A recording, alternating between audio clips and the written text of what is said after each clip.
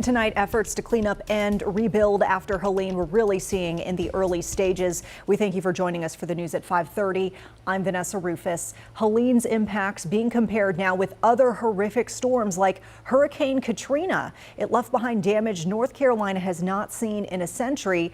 And all the while, not even 2 weeks later, we are keeping an eye on another historic hurricane, which is on a direct course for Florida's Gulf Coast. Experts warning Milton could be the worst storm to hit Florida in more than a century. And tonight, one man is bracing for even more loss at the hands of both storms. Curtis Hubbard of Tampa says he tried to get away from Helene by heading back to his hometown of Boone, only to be pummeled there in the mountains. And tonight he's back in Tampa as Milton now threatens his other home. WCNC Charlotte's Jane Monreal caught up with him as he prepares for this hurricane once again.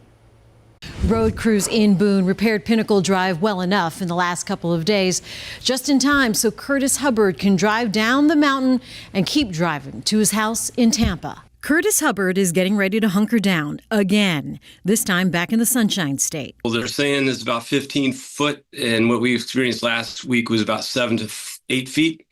So now we're just anticipating the whole first floor being trashed. And so I'm trying to get everything that I care about to the second floor. Unlike many of his neighbors whose homes took on water during Helene, Hubbard's was spared. I prepped here and then bugged out and went to North Carolina thinking I was going to be in a better position. As he told WCNC Charlotte last week, little did they know they would be trapped in the mountains. I've never heard the mountains like groan.